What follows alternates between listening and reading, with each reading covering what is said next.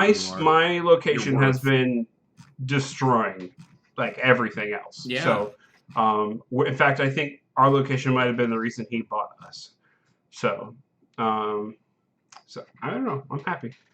Have I you met the owner? I have. Okay, good. In fact, I recognized him as a regular customer. I was like, oh, shit. Okay, Yeah. good. Then he has firsthand knowledge. Yeah. So, Because what I would have expected was whoever's in charge of you yeah. to be taking the credit for all of the success. No, in fact, they may not keep their job, and that's what I'm worried about. Well, I want them to. Yeah. But if somebody's got to go, better him than you.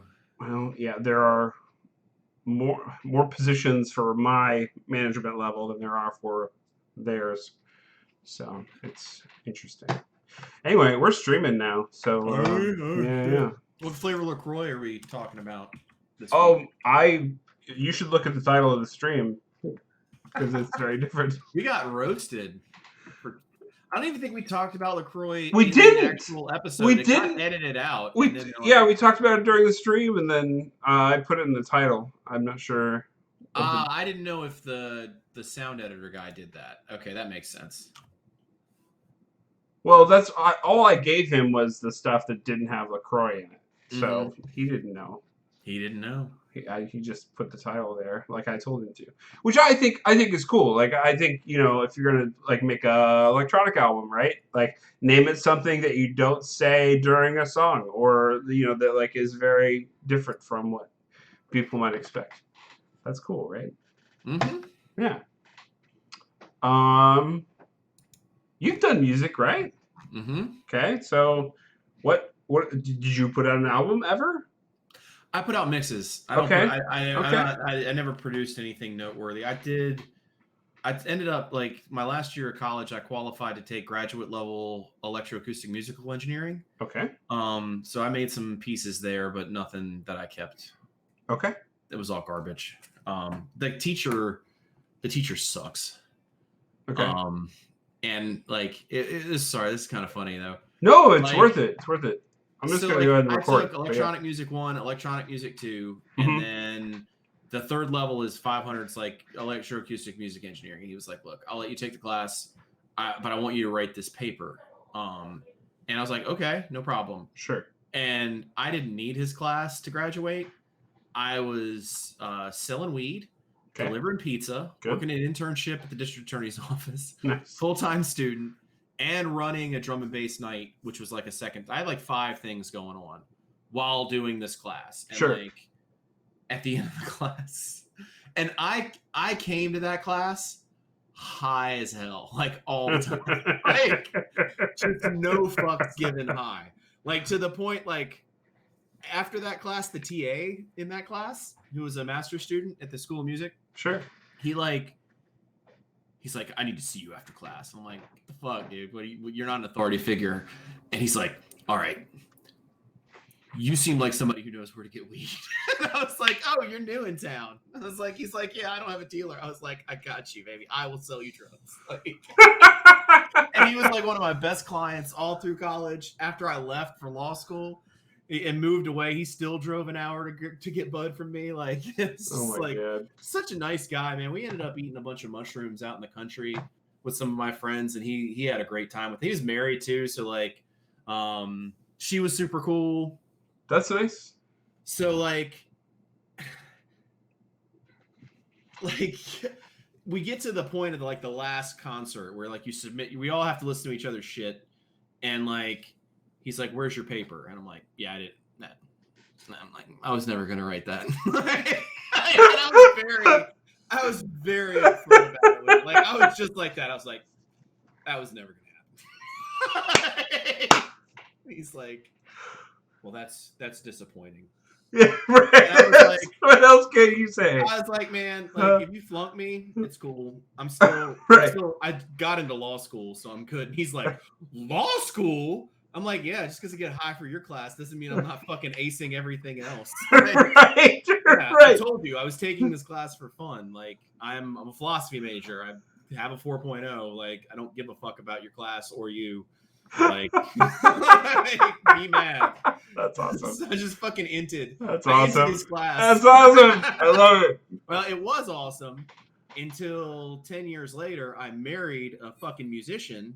And now when I go see my husband play, I run into Dr. Ingebretson, and it's like super fucking awkward. It's like,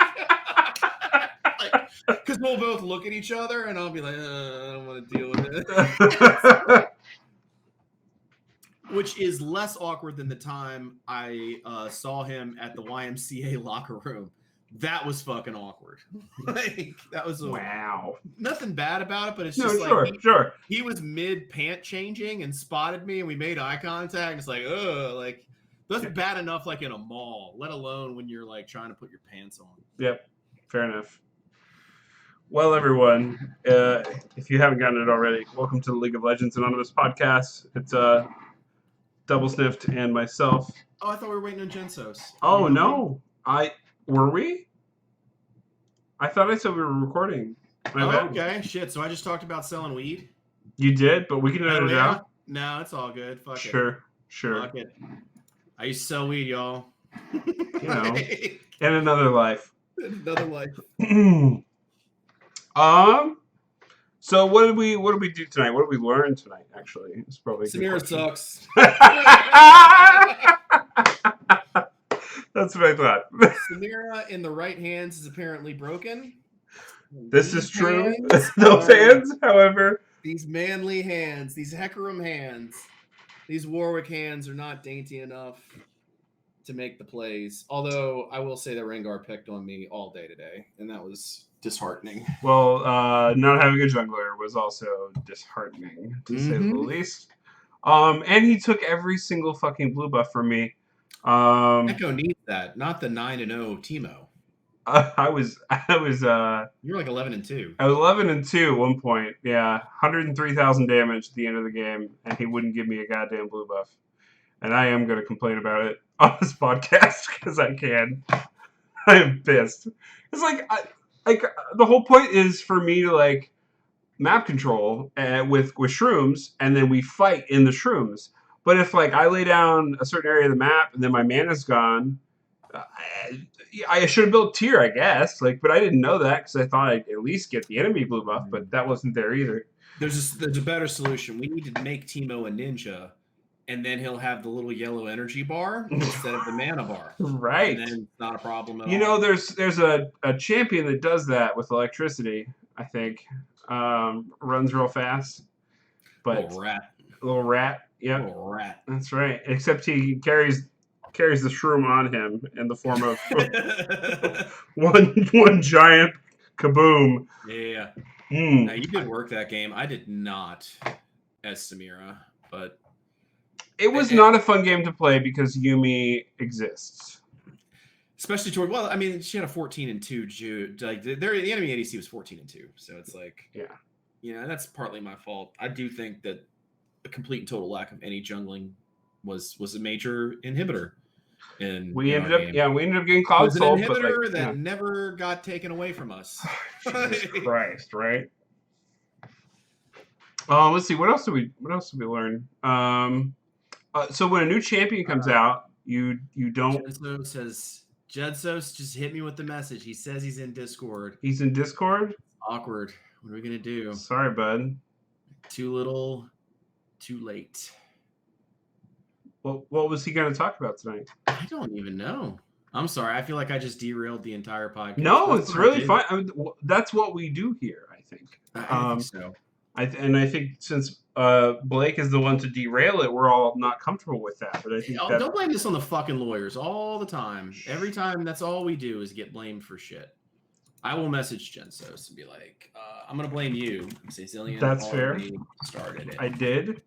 I will give him the colon with the parentheses that has made an unhappy face of unhappiness. Okay. All right. So sorry, guys. If for all two of Gensos's fans, he didn't make the cut this week. Well, TFT didn't make the cut this week. Is that what it is? Okay. I mean, well, if he's not on, we're not talking about TFT. Uh-oh. He said the whole podcast. Can we link him in? We could. That would be in. irregular, but let's do it. Let's do it. Let's see if do we have the technology? We do. I'm going to send him the link right now. I don't know what's showing up on my desktop right now. So since we're live streaming, no, you're clean. Cool. Message. There it is. Let's hope this link is Squadcast. Thoughts of suicide. That shit was fucked up. Right? Oh my god. That fucking ad, dude. Yeah, the targeted ads I was getting for Face Check, like the Overwolf app. Yeah. Like for like 3 months, it was coffins and bone broth. And I'm like, do you think I'm an old? Am I about? Do they know? What do they know? But am do I about they to know? lose the ability to eat solid food and die? What is going to happen? That's awesome. So, uh-oh. Oh, hang on. Uh-oh. Dang it, my video thing's not working. That's okay, Jinsos. It's a podcast, so people will hear you. Know where you live. Yeah, this is actually true. I'll get it to work in like 2 seconds. Okay. So yeah. So go ahead. So where were we? Samira. Hang on. So it dropped the recording whenever he left. The whole recording? Nope. Hang on. I'm sorry. Maybe I'm just too nice. Maybe. I get accused of that. It is. Yeah, it says not recording. Okay. Hold on. Let's let him get back and then we'll start. Okay. You want to start over? Sure. I did not realize we were recording when I talked about openly drug dealing. Like, I don't mind that going on Twitch, but like, all right, this is better anyway. We'll just call that the anime preview episode. Okay, so if I'm hosting, I'm trying to like let you know what's going on, and I definitely said when we were recording. So like, I'm not blaming you. I know. I'm not blaming you either. I'm correcting you. I'm terrible at listening. Ask my husband. Like, it's not what did Double do wrong this time? Like, he told me that we were recording, and then I revealed a lot of felonious activity of my past. I tried very hard to like. It's fine. It's no big deal. Can we put it on the podcast? No, we can't because you joined and it disconnected the recording. And you joined because he let you in because he convinced me it was a good idea. Anyway, we're streaming this whole thing, so watch it on Twitch. Yeah, just watch it on Twitch. I'll watch the VOD. Just watch the VOD. I'm gonna start record again, and we're gonna do an episode from the top. Got it? Both of you got it? All right. Were you guys already in an episode? Stop talking right now. 3, 2, 1. Welcome everyone to the League of Legends Anonymous podcast. This is your host Killzill and Double Sniffed, and a person who you may know as Jensus. Welcome everybody. Welcome to you too, Zill. I just chewed them out. So that's what it makes it quiet. Oh wait, nope, there they are. Time. An hour late. Were we recording an hour ago? Yes. Yeah, we were. Yeah, we lost the whole episode because of you. Oh, I'm kind of glad. Well, I listened to your duo episode a couple weeks ago, and it could only get improved. It's true. That was one of my worst works. Interesting. That's a lie. I haven't listened to it yet. Okay. You guys did one. It's pretty bad. I just wasn't feeling it. I've had a rough couple of weeks at work. I feel like just as I'm seeing you in better lighting than I ever have. I don't know what's going on. Yeah, it's great. I have all these fancy webcams for my work. Do you? The children. By all of them, I literally stole this shit from the children. Like, I have another one right here. They're trying to give me another one and a headset right now. What? I'm teaching like remotely. This is actually a document camera, so I can I'm supposed to like have it on my desk, like writing things. That's impressive. But, yeah, it's just like a good webcam. Yeah, well, those are good. Is like you can see where he's patched all the Chad holes that he's punched. He's upset with his wife. He just boom. He just. Yeah, this is for my new shelving. What is that? Yeah, I'm getting some painting done, like a dark gray. Okay. I got some brackets. Hide the evidence, Jensos. Hide it good. Look at my new brackets. Oh my it's God. A podcast, Jensos. Young, it's a podcast. Young white men, this is what your future holds. You can install so many brackets. I get excited about shelves. I've got shelves coming. Dude, so when do your shelves get here? When do they get here, Jensen? When do your shelf? Yeah, I mean, Me or Zill? Zill's obviously has shelves. Mine? They're just on back. Yeah. I have Metro shelves with bungee cords on them so that the things don't fall off for the pantry, and those I am excited about. Oh, these were the ones that I'm upgrading from. Oh, you can't. You misspelled downgrade. That is there's no So I can upgrade. That's an upgrade. How is that an upgrade? I do want to. I'm upgrading from this. No, that's the best. That is actually the best. I agree. You can hook things on that also. You can do all kinds of stuff. That system can. You can take it with you. My waders were hooked on there for a while. Now where do I put my waders? I don't know. I mean, you have waders? I do have waders. I got into duck hunting for like a month. I got real into it, and I shot at like a duck. 10 ducks. My lord. No. Okay. So when I was in North Carolina, like I had a lot of friends that were in like hunting and fishing, like the hunting and fishing world. And so I was like, I'll do this, and did a lot of fishing with one friend that was like a charter captain, and we just go scouting, like scouting trips. He'd be like, hey, pay for gas and you can come. Okay. So it was a win-win. And then he's like, you want to go duck hunting? And I was like, sure. So I got a shotgun and got some waders. Okay. And used the waders for fishing too, but mostly for hunting. And went out like maybe like 4 or 5 times, and I shot at like 10, 20 ducks and never came close to hitting a duck. Huh. Like apparently I'm a terrible shot. I was really good at target shooting, but like when the targets are like moving up and down. But you do skeet shooting. That's why you train for that. Yeah. I mean, I was great at skeet shooting. First of all, you aren't the one in that equation that gets to decide how close you were. That would be the fucking duck. Because I bet the duck thought you were fucking close enough. If you shoot something with a shotgun and you're like, oh, I wasn't even close, you're not the one that gets to be asked that question. Like my clients say that all the time. I wasn't even close. I barely clipped her. Oh my god! Like, then the victim takes the stand and it was like, "Yeah, I felt the shit hit me in the ear. It was close. I thought I was gonna die, Your Honor. You need to lock me up." Did go dove hunting once, and you all like circle a field, and there's like 30 of us, and you just sit in a ditch. And this is how Dick Cheney shot someone, by the way. Just so we're clear. Yeah. I got shot. Like it was just like really tiny target. Like you were the guy that Dick Cheney shot. No. Like it's not like actual shooting, but it like kind of hurts a little bit. It's not like actual shooting. It's like they shooting up and the pellets fall on you. Okay. Yeah. So it's not like I'm getting blasted in the face by Dick Cheney. Let me ask you a question. Somebody shot a gun and some metal came out of it, right? Yeah. And metal hit you. Yeah. Motherfucker, you just need to tell people you've been shot. I know. That's what I'm trying to do. I'm like 50 Cent. I knew there was something. Every time I like, you, I was thinking 50 Cent all the time. Like, they're like, oh my gosh, is that 50 Cent? And I'm like, no, it's just me, Jensen. What it is about him. What it is about Jensen. You can also find me in the club. Yes. Rub a dub. You can't find me in the club. I haven't been in the club. You've never been to the club? I've been to the club like twice. Is it that you're in the club? Is it that you're not in the club? Or is it that when you're in the club, you just can't be found? Because you're just fly dog. You're just incognito in the club.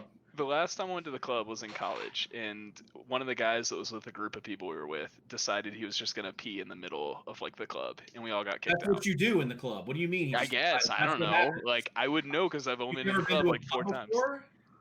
You've been to a club 4 times and there was only one floor pee? There was only one floor pee. Is that a common? No wonder you didn't go back clubbing. You have to have at least that's a 75% ratio. Okay. Yeah, no, am I going to the wrong clubs? Yeah, you hang a pee and drop a whiz on the floor. I'm a DJ. I know this stuff. Like that's how many gallons of urine did you get on the floor? Is how you judge yourself as a musician. You played at some of the clubs, right? You did your DJ thing at clubs back in North Carolina where I was from. Yeah, Berkeley Cafe. My friend might have peed on you. No, I was on stage. It's a different club and a different stage that I got peed on. That was not a drum and bass event. No, there were only men at that. Different club. Oh, okay. Yeah. How do you know I wasn't at that club? We're pretty sure. Not that good looking. We're pretty sure. Your webcam's on. I know. Yeah. Too wholesome. It's true. How fucking wholesome you are. Nobody's gonna invite you to a party like that. Aww. You have a wire under that harness. He's gonna cry. That leather harness thing that the men wear. He's got a wire under there. Who's invited to a fucking game?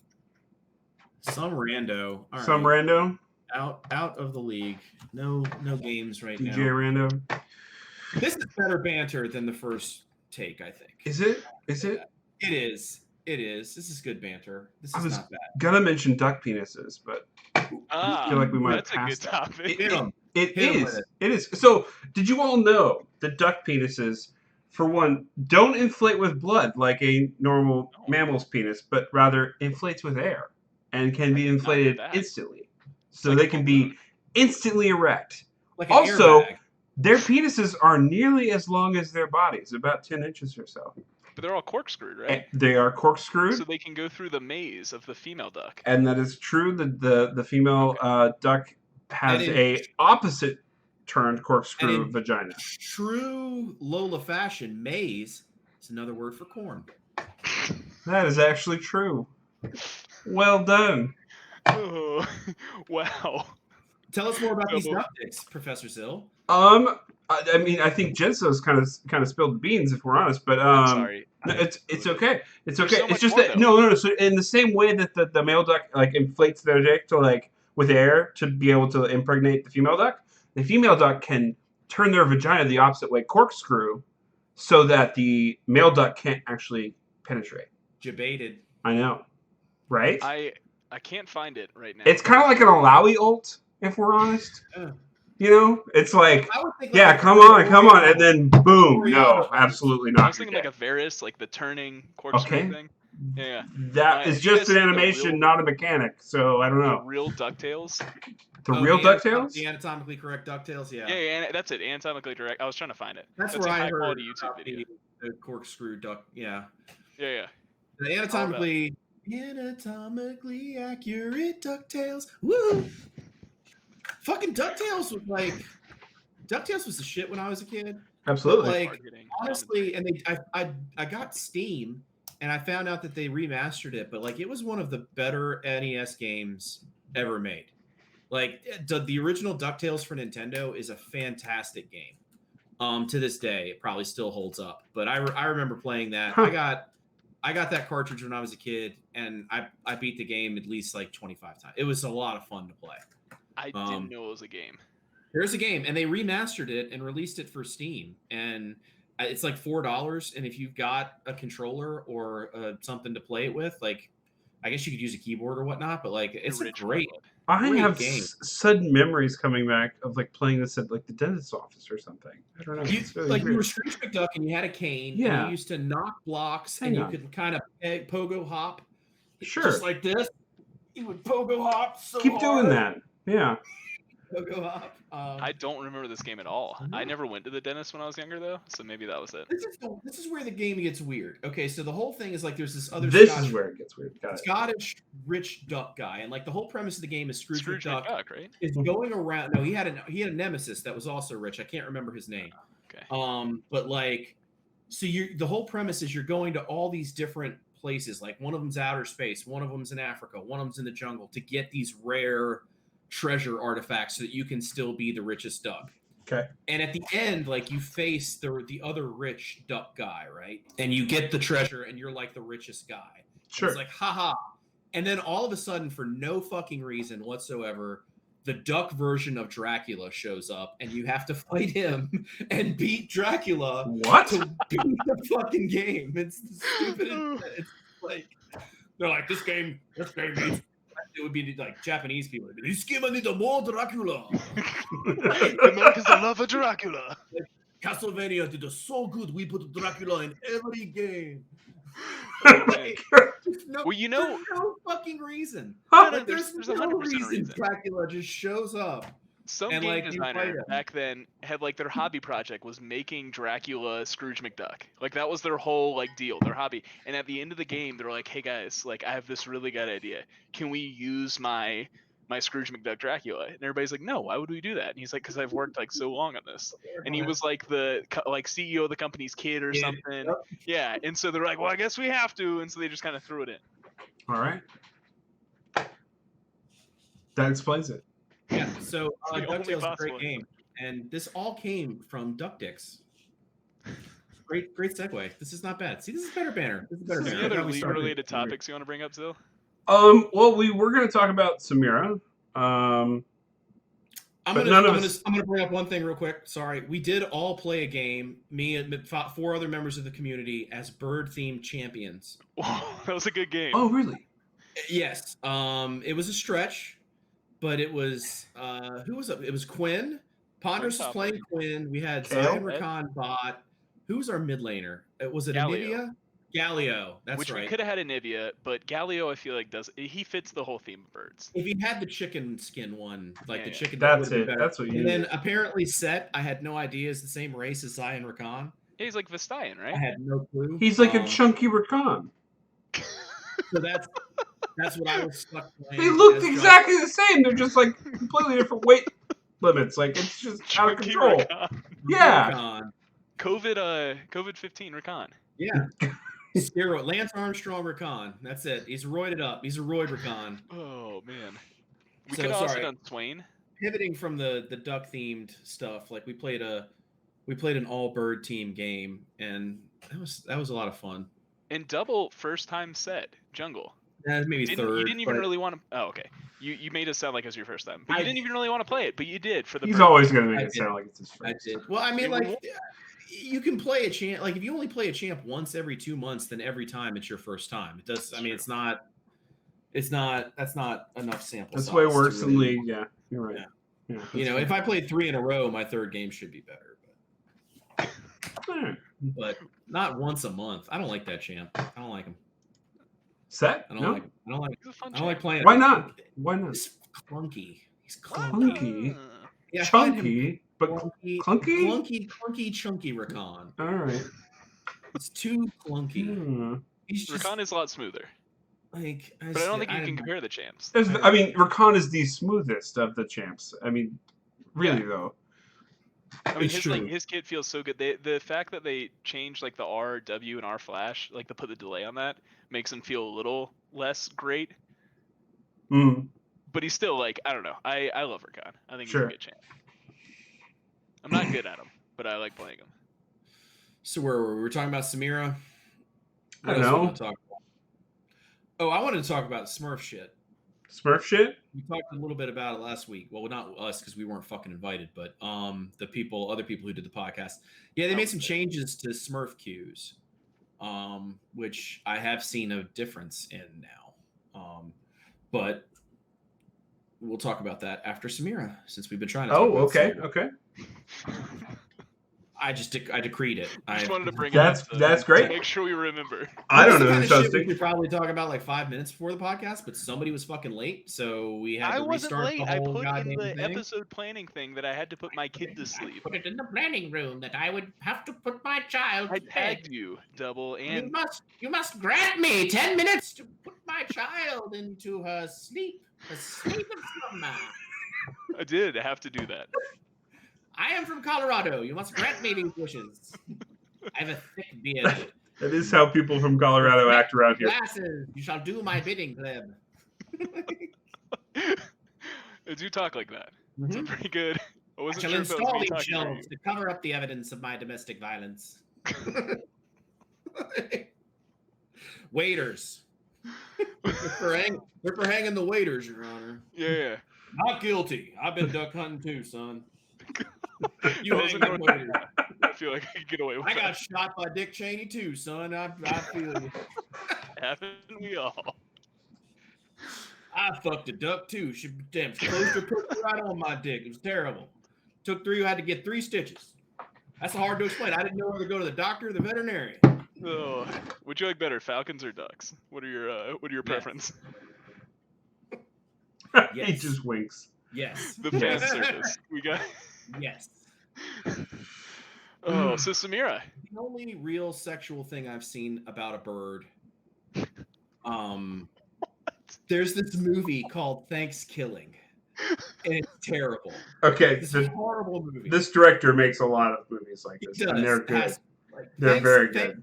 Thanksgiving is good. Jen says is like looking it up. Yeah, Thanksgiving. Yeah. The whole premise is like this town has their Thanksgiving holiday like on like a burial ground or whatever, and like they bury a turkey and it pet cemeteries up and becomes like a Chucky doll murdering turkey and just goes on this violent Thanksgiving Day rampage, killing members of the town. Well, in one of the scenes, this guy is like banging his girl on the table the night before Thanksgiving, and the turkey like fucking kills him while he's fucking his bitch. Yeah. And then he takes over and he's like fucking her. And he says, "You just got stuffed."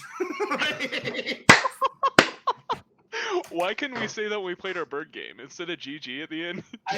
You just got stuffed. Oh.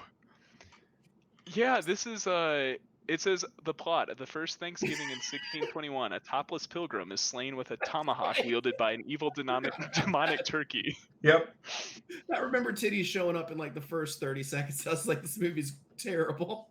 Oh my god. I was so high when I saw it too. Like I can't believe I remember this. Like, but yeah, that's the only time I've actually seen anything sexual done with a bird was Thanksgiving.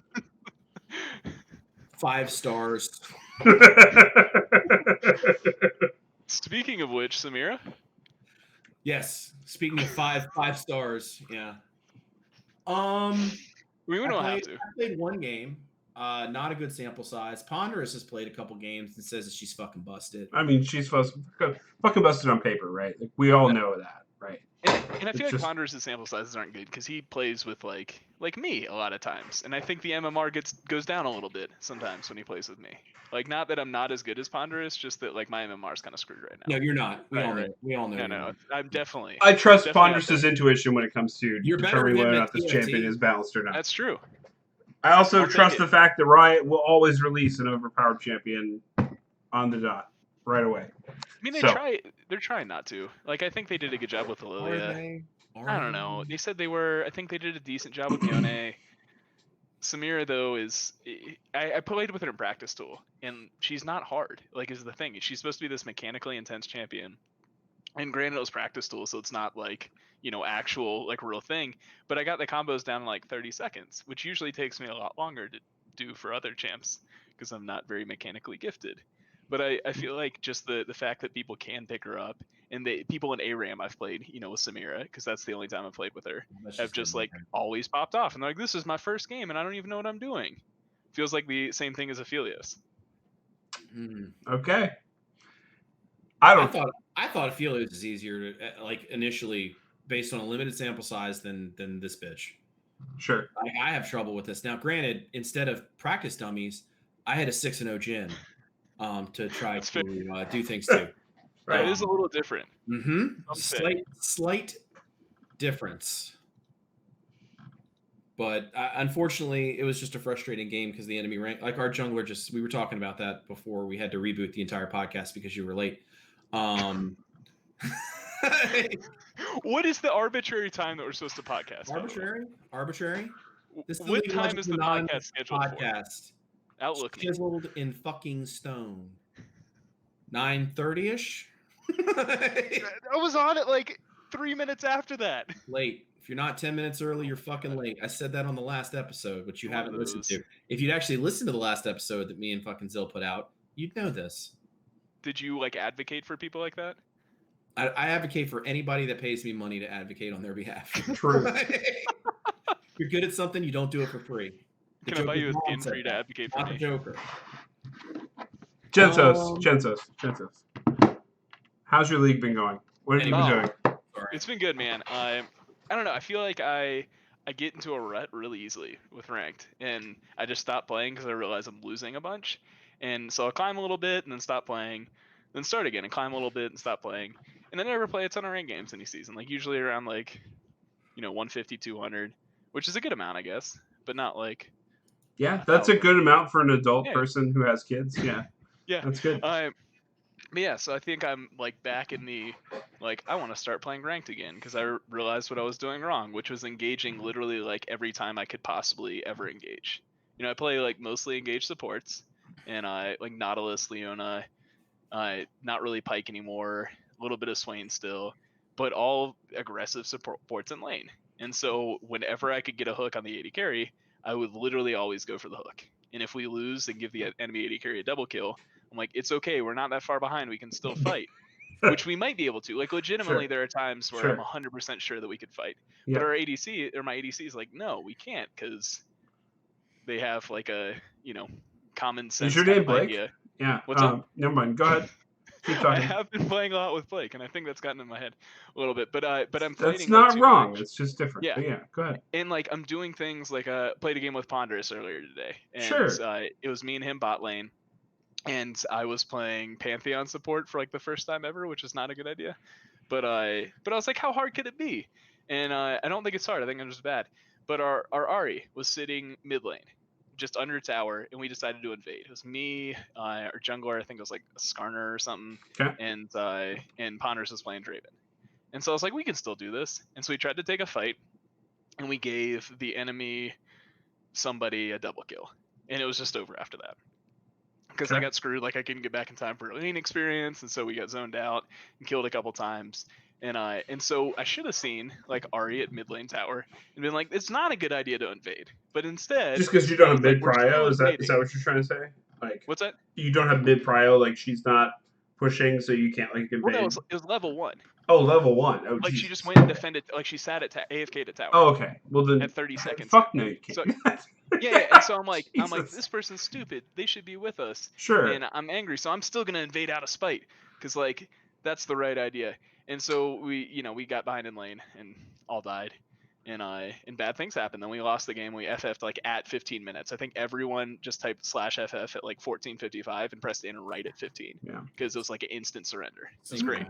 Yeah. Now, but let me ask you this: like, are you when you're are you analyzing your lane states, or like what type of lane it is, and are you familiar with like the sort of triangle of bot lane? Like, 100%. Like the UNSW Law Society, like the triangle. Yeah, that triangle. Explain it. Yeah, so like the whole idea is, if you're an ADC, and I'm gonna try to do this without like my hands, but if you're ADC, it's like me playing Samira. What's that? It's like me playing Samira. God, it is. So if you're ADC and support duo, as a support, you should probably never be behind your ADC, unless you're like, there's no reason you should be behind your ADC, pretty much ever. You should always be like pushed up a little bit, or even with them at the very least. And that's because you are 2 points on a triangle, and the third point is whatever enemy is closest to you. So if like their support is way ahead of their ADC is super far back, and you're playing Leona, you can engage on that, because their ADC can't really retaliate. And if they do, it's only going to be on you. Mm-hmm. Your ADC can shoot stuff at them, and you can go in, EQ, then just W and walk away with Aftershock and all that. Or if their ADC's pushed up, then you 100% want to engage, because you can probably kill them. If their support's sitting real far back, then they're going to have to kite back. They're going to lose the trade. Okay, so if you're sitting behind your ADC, then they have the triangle, like the death triangle advantage. Like, I don't know like what the words that they use in the videos are. Yeah, actually, I was talking about something completely different than that. Oh, but what I'm talking about is, now that what you're talking about is absolutely right, and actually on point. Yeah. What I'm talking about is like kill lane versus sustain lane versus all in lane. I got you. Like enchanters versus. Do you understand? Mages. Well, I mean, like you have to do an analysis to say, are we a sustain lane? Mm-hmm. Are we a poke lane? Or are we an all in lane? Yeah. And poke beats all in, because they'll whittle you down to the point where if you go all in, you get fucked up, right? And sustain beats poke, because they can just out heal whatever kind of pokes you do, and outlast you. And then all in lanes beat sustain lanes, because they don't have the tools to stop you from doing that. So yeah. If you're always going all in and you're playing an all in style, you just need to do a proper analysis of like what their comp looks like. Because if you're getting poked out and always going in, then you're playing into a poke lane's like advantage. You know what I mean? And that I think is one of the crucial things. A guy named Fusion Saber talks about that a lot. Like, and he has a really good YouTube video. Have you ever heard of him? Yeah, that guy's great. Fusion Saber, fantastic. Yeah, like FXFSN. Yeah, Saber. He has a YouTube video. If you find it, if you're looking for supplemental information on like how to do the bot lane analysis of what wins. But there's that sort of love and hate triangle between that. And if you're treating every lane like you're an all-in lane, number one, you might not be an all-in lane based on who your ADC is. So that's just trying to pound a square peg into a round hole. And I do think that like all in lanes, I do enjoy them because I think they can beat poke lanes if you play it right and use the level 2 power spike, and that's why that's so important. You don't get poked out before that. Like you take biscuits, if you get hit a couple times, you like pop a potion and biscuit before level 2, and you try to get a kill or try to push them out. And so if you can do that, then like you can win. I think that the other lanes obviously can win the losing matchup as well, but yeah, so I've been trying to I guess with all that being said, I've been trying to be less aggro or be smarter with my aggression and actually choose windows that are real windows and not times when I think I can just land a hook. Well, you're just not forcing it, right? Yeah, exactly. Yeah. And I think that I'd rather see somebody on the edge of aggression than passivity. It's very easy to take all the hooks and do all the engages and then choke that back than it is to never hook, never engage, and try to teach aggression into somebody. Yep. Which is where I was 2 years ago. Yeah. And it's still there. I mean, you're gold for. Disagree. Yeah. That's fine. What was that, Zil? I completely disagree, but we've had this in other podcasts before. Well, Zil, I think you're aggression. But Blake's not here. Let's hear it. Let's hash it out. Yeah, it's just two sides of the same goddamn coin. Okay? You can either be really aggressive and tone it back, or you can be really passive and tone it up. You know what I mean? It's a fucking volume knob. It goes both ways. Don't be you have to err on this side in order to fine tune yourself. No, you don't. Pick your play style and do what you're comfortable with, and slowly increase towards the direction you need to go to. But what you don't do is have the volume too low, right? And then go, okay, just be cautious all the time. You do need to know that you've set the bar low and that you need to press yourself up in order to make that happen. In other words, you need to know where you're at. May I retort? Say again? May I retort? Of course, sure. All right. So this is, and I don't think, I love Blake. I never think he does a good job of advocating the position that I agree with him on. He's fired as an attorney. I'm co-counsel. That's wonderful. Let's talk. So if you are on the side of aggression, there's two sort of curves of learning that I'm just going to talk about. There's multiple curves and stuff, but I'm just going to isolate two curves of learning. I like curves. That's great. Champion ability, right? Your ability with the champion of your choice. Mechanical ability, learning how to read, this champion only. And then there's general fight knowledge of things like macro and game sense and other things, knowing the state of other parts of the things that factor into the fight.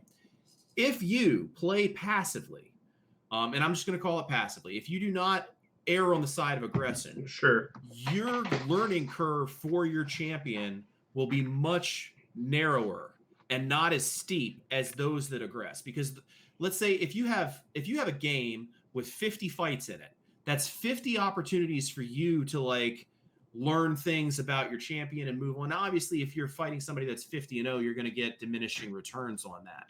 But you're going to put yourself in more positions the more you fight to get better at fighting on a champion level.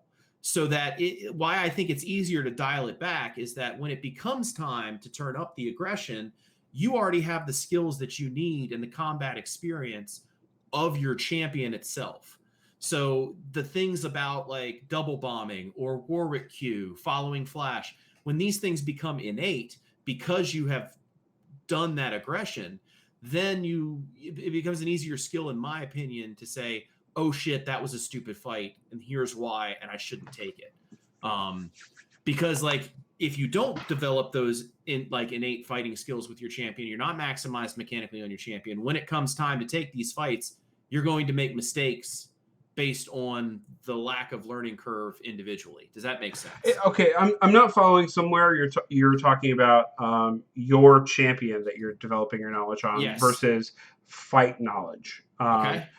Where are you connecting those two dots? So what I'm saying is let's just call your champion mechanics, right? How your champion works, performing your champion optimally. All right. Okay. Because you can take a shitty fight and just outplay somebody because you're better at your champion than correct. They are, right? You can make a bad call good with mechanic. You don't want to rely on that, right?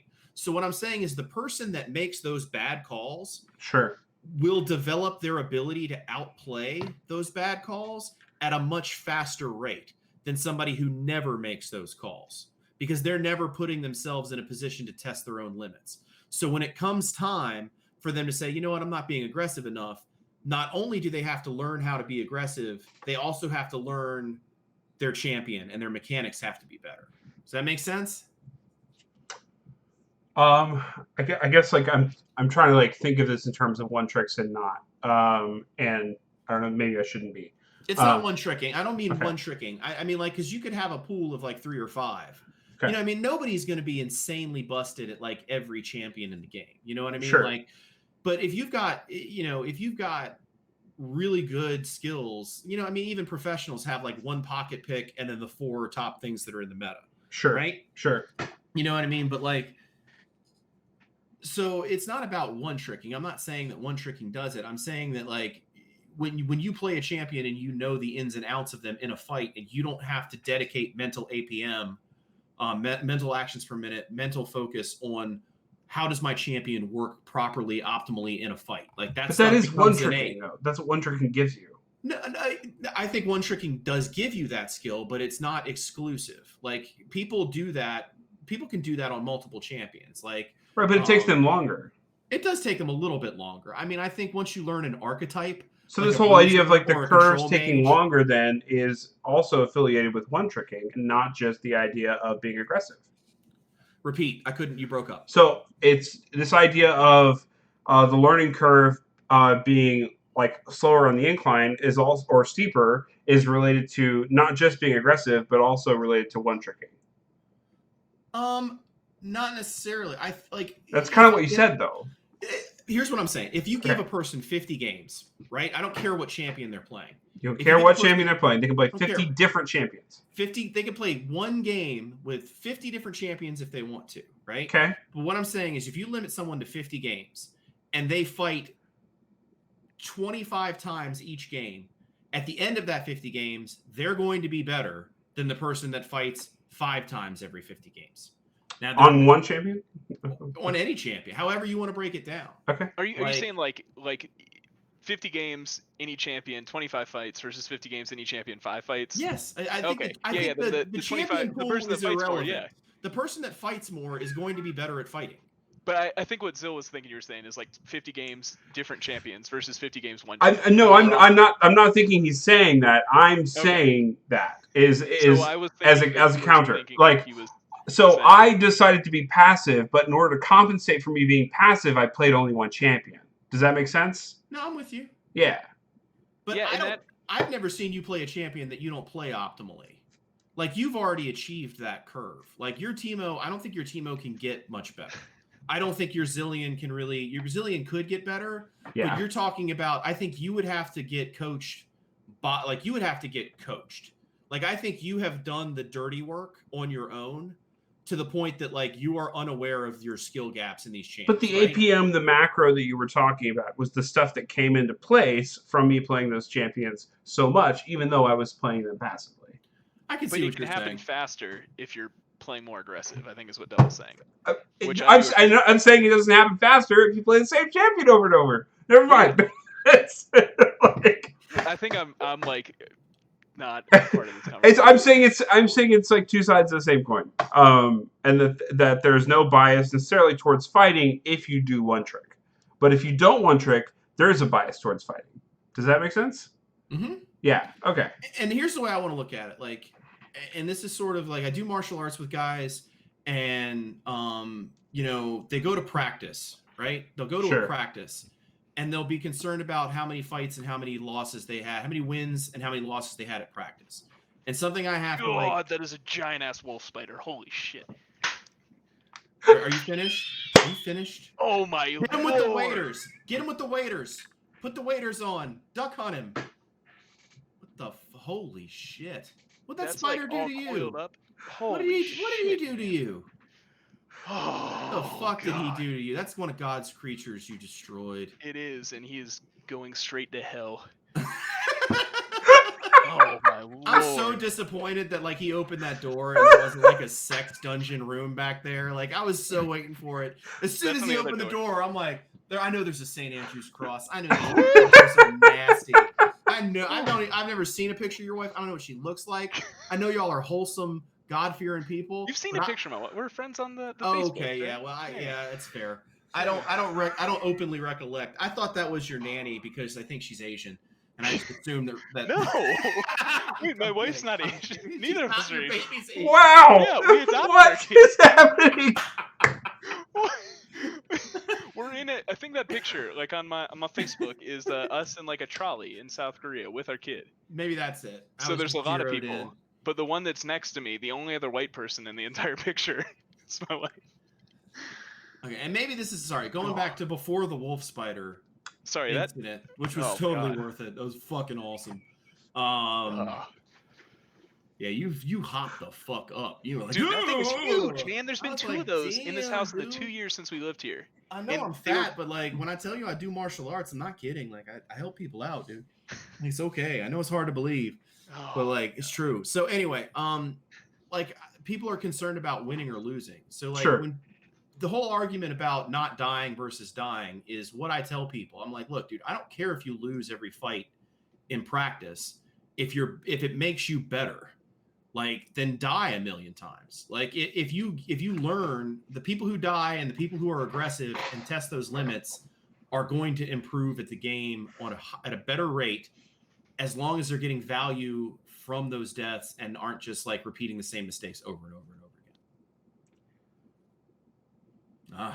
I don't know. Like dying a lot looks like repeating the same mistakes over and over and over. Does that make sense? Like does that resonate at all? But I think once you die a lot, like my whole thing is, if I am playing top lane, for example, I don't play top lane ever. If I'm playing top lane, Maokai, because that's the champ I play when I go top, and I don't really know what it looks like to fight as like wet noodle tanks. And I know whether they've taken ignite, I know all that stuff, and I know decent, like relatively what matchups look like. Like I'm not gonna fight a Darius early game, but if I try to like outplay somebody, and I mess up, then it's like, okay, I screwed this up. I can try this different. Like when, let's say it is Darius, like I can, W as Maokai when he Qs, and he won't get the heal, and then I can Q him away and walk away. Or, I can poke him with saplings, or, do I throw my saplings in lane when he's chasing me, or do I only put him in bushes? Stuff like that. And so I think that like dying a bunch in that specific matchup, if I'm playing it, I'm trying to learn top lane, is going to teach me like how to not die in those specific situations. Let's try it this way. Let's try an analogy. So have you ever have you ever watched like somebody else like mix tracks before double, like on a mixing board? DJing? Yeah.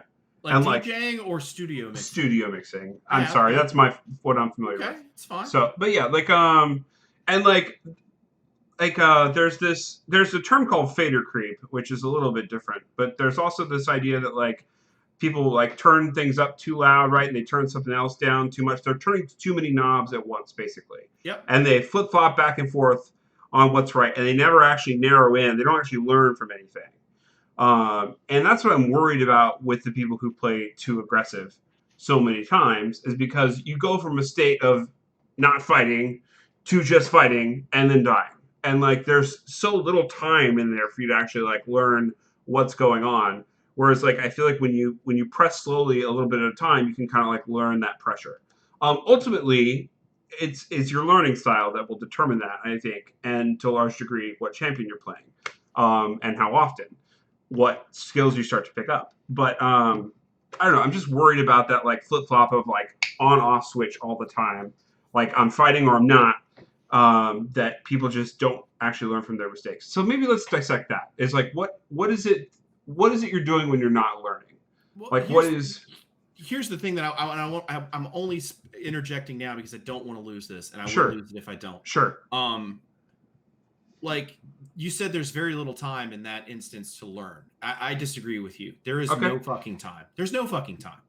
Like the game is not the time to learn. Like, sure, I mean, take a little, like, on your gray screen death recall, maybe think about what you could have been doing differently. But you're not in a state, you're too emotionally raw usually after that, or too busy seeing what's going on and worrying about the next play in game to learn anything.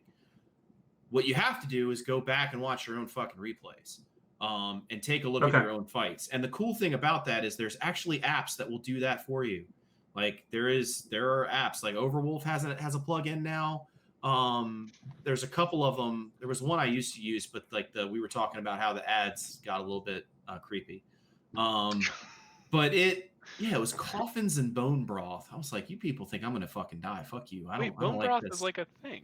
I have lots of bone broth, but they thought like every ad was either for a funeral service, a coffin, or like bone broth. Like, and I'm like, why? That's what old people drink, right? Exactly. Right before they die. I was like, this is not happening to me.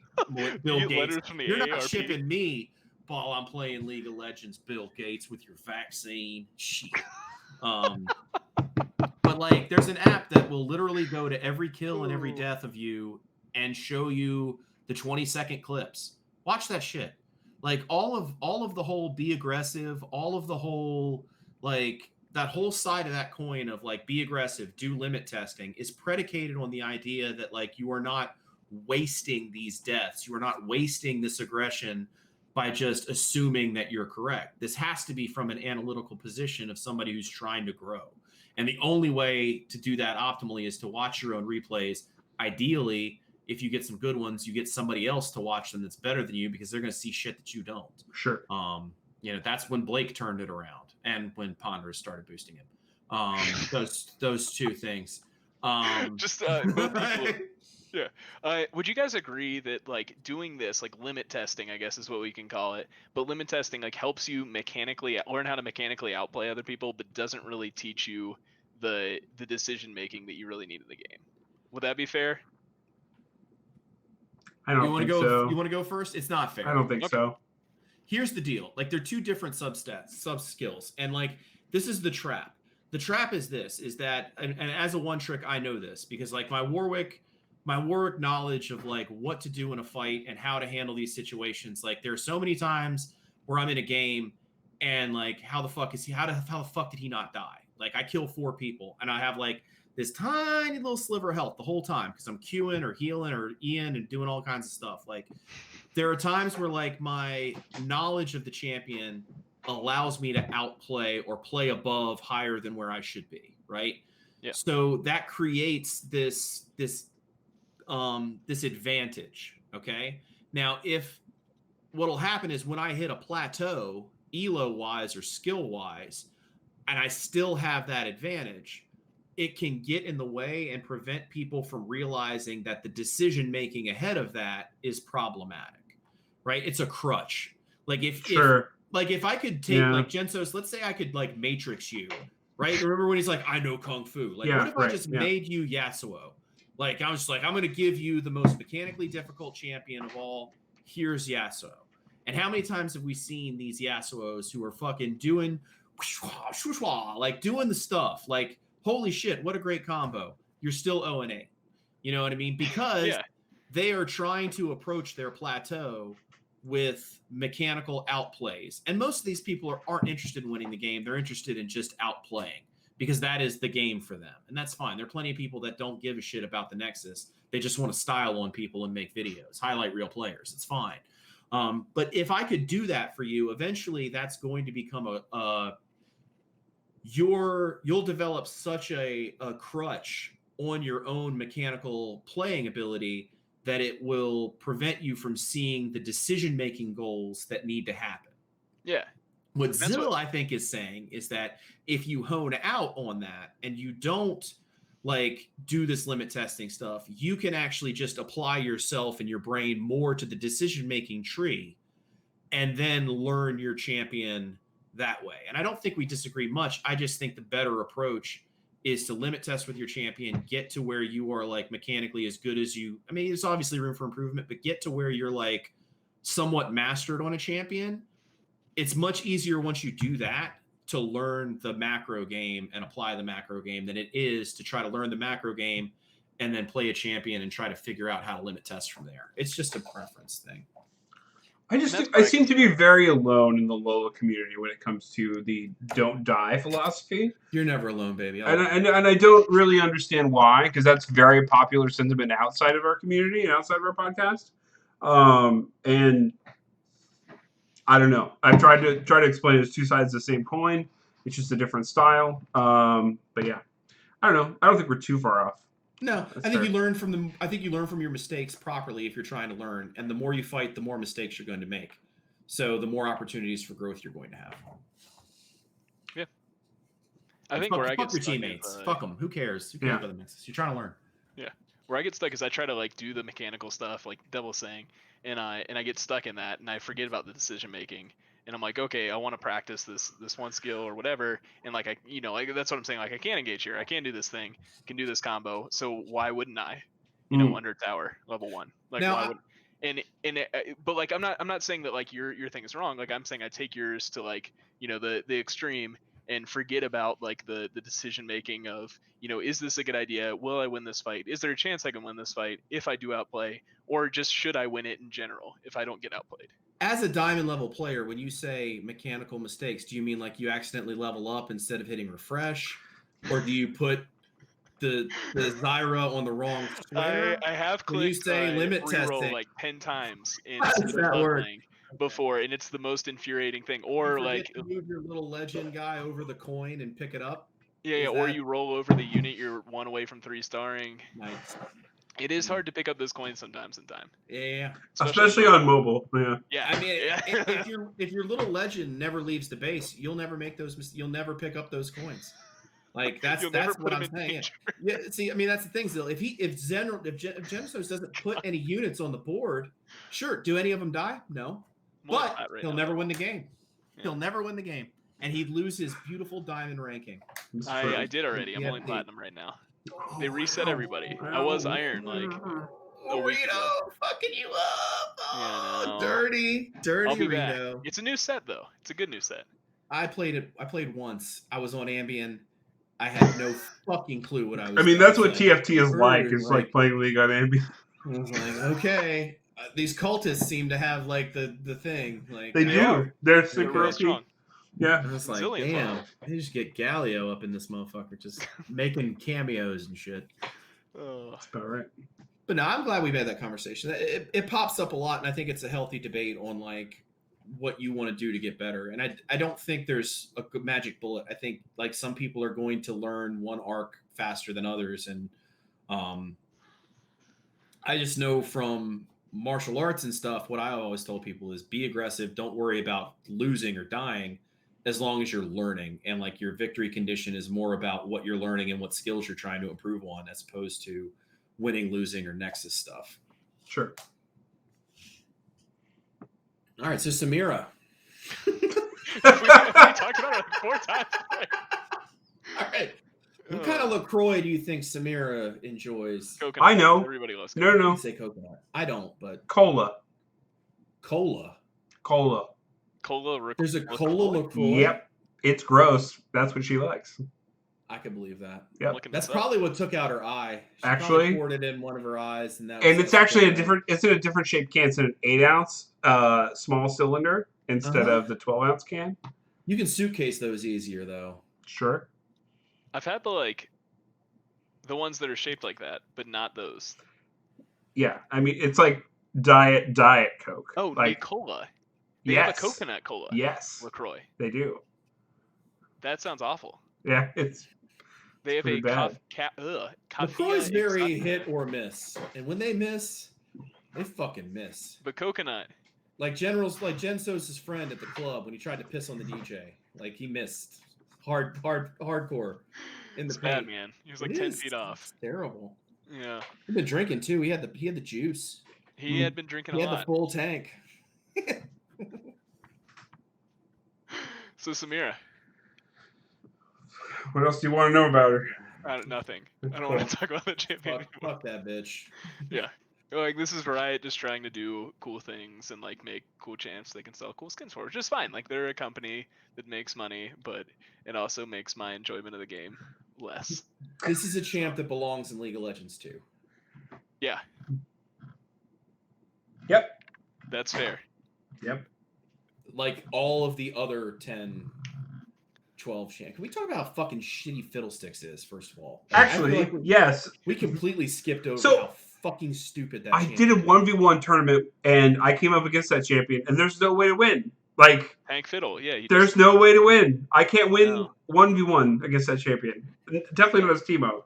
Oh, that's why I was picked in pro play. I had a fucking spreadsheet for every goddamn champion except for the rework shit. And then, like, that came along.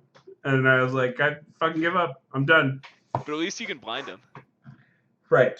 I was playing Hecarim. I was 5-0. The Fiddlesticks was 0-3. I'd been counter jungling him. I'd been doing all of the things that I needed to do. I was at full health on my Krugs. And he ulted over the gap and killed me. And do you know how much... Like, I was at full health. Do you know how much health he had? Full health. Didn't fucking matter. Because I was CCing the entire fucking time of him killing me. And I literally sat there and just watched this crow get 600 gold shutdown. I've been completely shutting him out of the game. Right. And he just at 0-4 destroys a 5-0 Hecarim. And there's like zero counter. It was because he was aggressive. I think that's right. Why. That's right. Yeah. Well played. So fuck that champion. He was limit testing, so. Yeah, he was. He was. Yeah. That champion. Now he's better than double the game. That's correct. That's how that works. Because he was aggressive. I need Rito to rework my bank account because then I would be fucking rich. That's the next rework. Vote on the next rework. Rework my savings. Like shit. As much overloaded shit as you put in every one of these fucking champions, I'll fucking retire. God damn. Oh man. Did you want to talk about smurfing, Double? Okay. Yes, briefly. We're getting to the point. So they've made a change, and they talked about this a little bit last week about how like they're trying to identify people whose actual gameplay is better than their elo, and sort of find these smurfs, filter them out, and keep them even, right?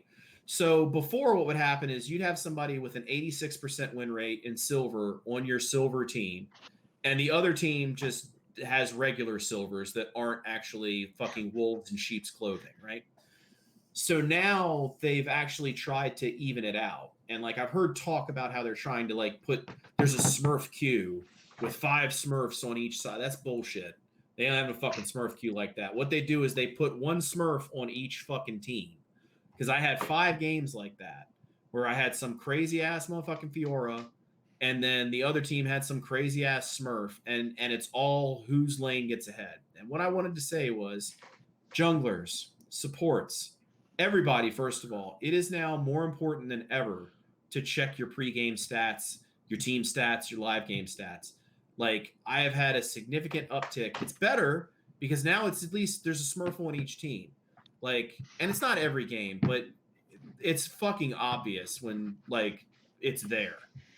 And you need to know who they are or who they're likely to be and factor that into your play style. Because what I have been able to do was figure out that my Fiora, I didn't do the math. The OPGIGG did the math for me and was like, this motherfucker wins 86% of their games and they've only got 30 of them. I'm like, okay, I'm camping their lane as a jungler.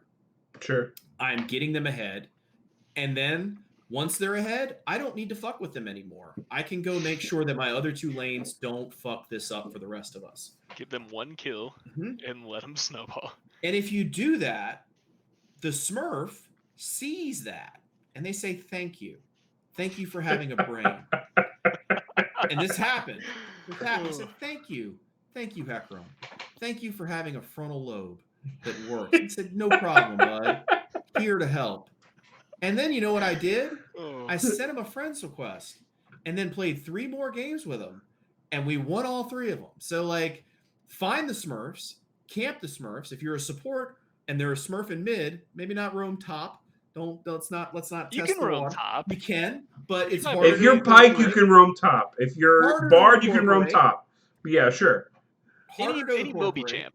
Which is every support but champ. It's always easier to roam mid. So if your Smurf is mid, you need to know what Don't roam mid if I'm there. You're just wasting your time.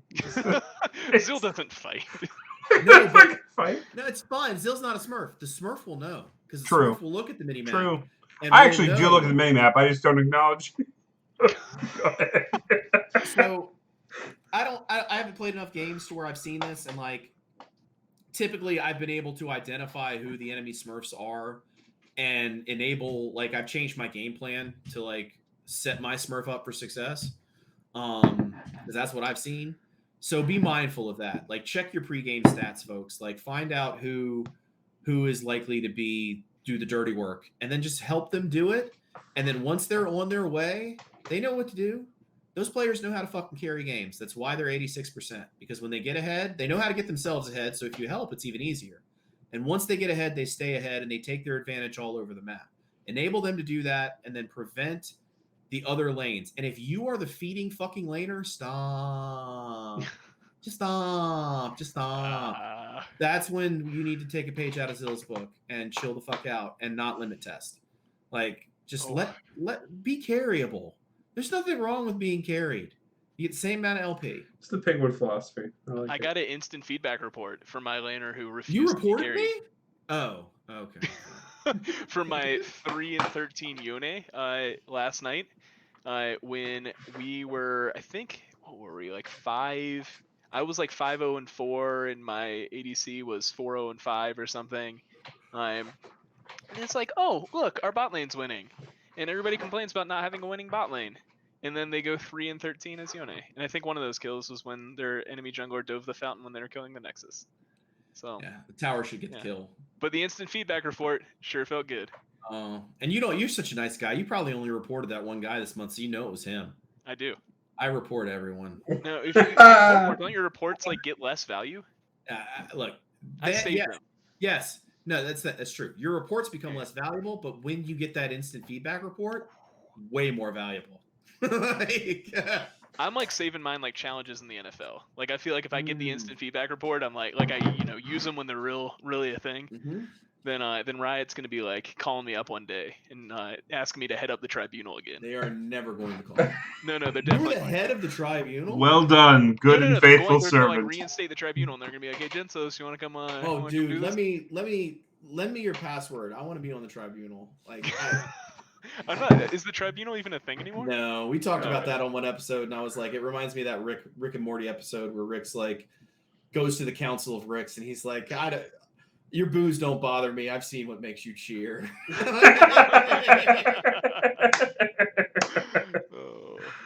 On that note, good night, everybody. Oh, do we have Patreon people? Do we?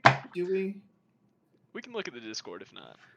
Oh, that's a good idea. There's literally there's no Patreon. Oh, there are Patreons. I just didn't scroll down far enough. How about Purple Nurple 333? Done. Purple Nurple. Done. Shouted out in a while or ever. Thank you, Purple Nurple 333. Good job. We appreciate your contribution and sacrifice to keep this going. How much? Wait, what kind of sacrifice? We don't know how much money. I don't know, man. Giving, how much money you need makes. to email us and let us know how much you gave every month. Blake has the numbers. Don't worry about it. It's fine. No. And thanks to our server boosters. Anything less than 3 digits. That's very nice of you. Thank you. I think we're also like we need more server boosters. Gratitude. Wait, no, the thing's back. I think we. Okay, maybe we don't. I think Blake got some of his clients to do it. Okay. It's like you're going in if you don't. My Discord. How's my case looking? I don't know. How's my Discord server looking? You know what I mean? In lieu of payment, can you boost my Discord? Not in lieu of. In addition to. This is supplemental, not substitution. Yeah. Well, we got one server booster, Indoor Pilot, on right now. Thank you. So good job, Indoor Pilot. Thank you for boosting us. Yes. Do we have any announcements? When's the next tournament, Zill? I'm not doing them anymore. It was such a fun experience. I tried so hard. I really did try to make things fun for everyone. I think what I am going to do is I am going to do a D&D campaign. We do have a channel for that. So, but yeah. But that's all I'm doing for everybody. I'm going to set up a community game with some like other friends of mine about this new game called Among Us. Okay. Which looks really fun. It's apparently like Mafia. Like there's a saboteur and you have to figure out who it is. How many players? It's like 8 to 12. It's very cartoony. You should definitely Google it. Look up Among Us. It's like Space Mafia. Right? A lot of people are playing it, streaming it, and it seems to be like something that the community could do just to break up league stuff. And I'm going to go ahead and endorse this game, even though I haven't actually played it yet. And it's like $5. It's $5. Yeah, it's like get it while you're getting DuckTales. Yeah, so like cancel your Patreon for a month and then just buy Among Us. Jen says, "You're fired." And everybody say good night to General. I hope a wolf spider bites you. We're sending more. Good night, everyone. More Patreon money, or the spiders get unleashed. Oh God, dude! Shit, that's freaking me out. That thing was as large as like my beer can.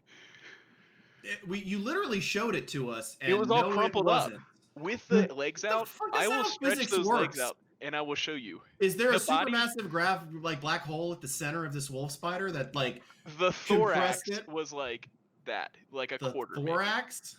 Is that what it's called? I don't fucking know. I don't know. I used to teach science. I should know. Jesus.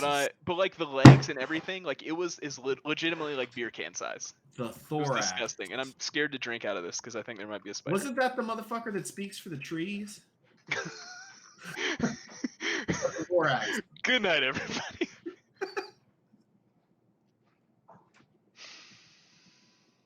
Oh. Good times. I tried to have energy tonight. We have 6 people watching this shit. I mean, well, nice. I'm watching it, so I don't know. I guess 5. 5 out of 7. 5 out of 7? I'm gonna cut it off.